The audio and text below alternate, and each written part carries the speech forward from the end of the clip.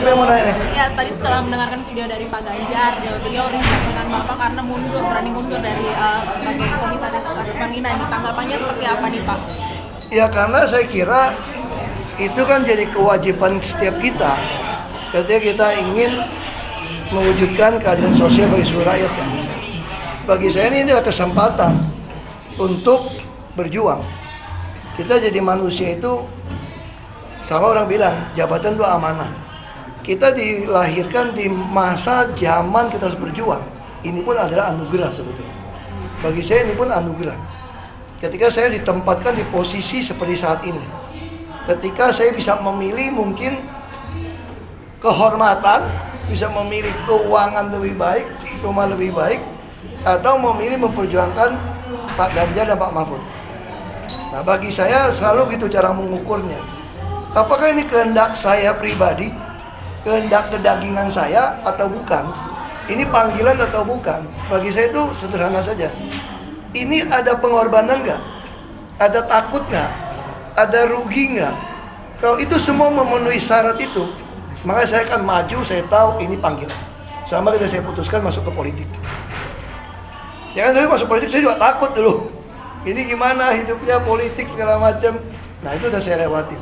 Makanya saya pikir di antara 3 pasang, bagi saya yang terbaik harus jadi presiden adalah Pak Ganjar dan Pak Mahfud. Itu yang kita perjuangkan. Dan kemarin sempat saya pikir toh saya tidak dimasukkan ke tim kampanye. Ya sudah, gak apa-apa kan, karena saya ditugaskan untuk menjaga uang Pertamina nih, uang negara. Tugas saya kan memperbaiki defisit anggaran berjalan dari impor yang begitu banyak. Kemudian saya melihat kok Bapak Ahoker ini mulai mengatakan saya ini bukan ke Ganjar ini. Mereka bilang patokan bingung. Nah saya juga harus taat pada konstitusi kan. Secara undang-undang kan disebutkan kami ini bagian BUMN nggak boleh kampanye untuk menyuarakan apapun. Kalau mau harus mundur. Nah saya mau mundur. RUPS tahunan belum jalan lagi. Sedangkan RKAP yang udah saya pleterin sampai berbulan-bulan, udah kita awasin, sampai ada KPI kita awasin, semua target kita awasin, termasuk transisi energi. Kita udah bisa putuskan kita ke depan salah satu yang favorit adalah hidrogen. Karena kayak Petronas dia udah bisa tuh dari air sumur bor dipecahkan dengan katalisnya jadi H2.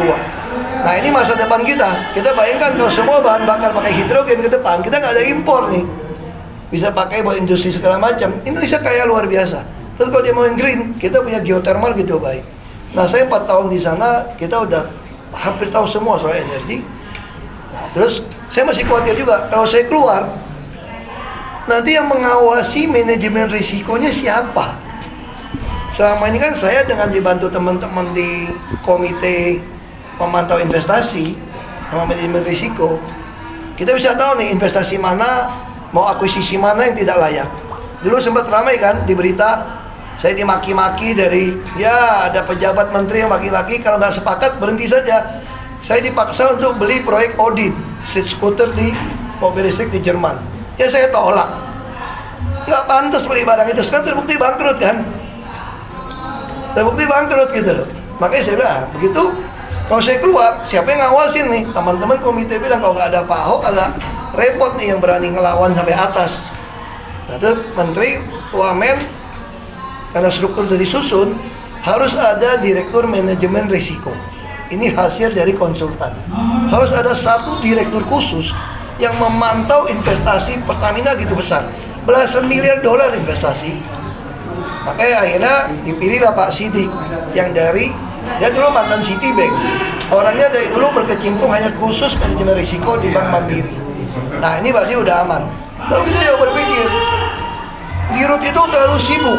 Dirut Pertamina gitu besar, banyak upacara di undang-undang mana-mana. Lalu yang sehari-hari kalau lagi nggak ada Dirut siapa? Makanya dulu sempat ingatkan ada oknum DPR yang bilang gini, Ahok itu komut rasa Dirut ya. Saya bilang saya bukan komut rasa Dirut, saya Dirut nyaru komut saya bilang. Saya Dirut nyaru komut, saya masih tungguin itu investasi semua. Ketika nggak ada, saya masih panggil semua subholding direktur semua. Ketika udah terbentuk subholding semua, ketika mulai terbentuk, masih ada wakil dirut berarti untuk operasional. Dan saya menemukan Pak Wiko ini dari hulu, dia kerjasama dengan sangat baik. Dan orang ini sangat berani. Ketika kami ada dispute dengan pengusaha, mesti bayar 2 triliun lebih, saya suruh tahan. Saya bilang, lu berani nggak tahan? Kalau dipecat dari yang perintah-perintah gimana? Jabatan itu amanah, dia bilang. Kalau sampai saya harus dipecat pun saya nggak apa-apa. Ini orang profesional. Nah, dan 31 kemarin, Januari, Pak Wiko jadi lantik jadi wakil dirut, dapat SK. Berarti saya tahu ini saatnya saya keluar ini. RUPST sudah, dan Pertamina udah untung dalam sejarah terbesar. Tahun lalu walaupun belum diaudit ya, kami diproyeksikan bisa untung 4,3 miliar dolar. Waktu kita dapat 3,8 miliar dolar udah paling besar. Yang jadi persoalan apa sekarang? Kalau saya tidak mundur, saya sayang bonusnya dong. Dan BUMN ini berhak terima bonus dari keuntungan 1-1,3%. Jadi bayangin kalau dari 4,38 miliar dolar kan, maka di situ saya tahu berarti saya harus keluar. Karena satu-satu saya tidak mau keluar, saya egois, tidak mau memperjuangkan Ganjar dan Mahfud. Ini memperjuangkan keadilan sosial bagi seluruh rakyat. Maka saya harus keluar untuk melakukan perjuangan ini. Itu sih.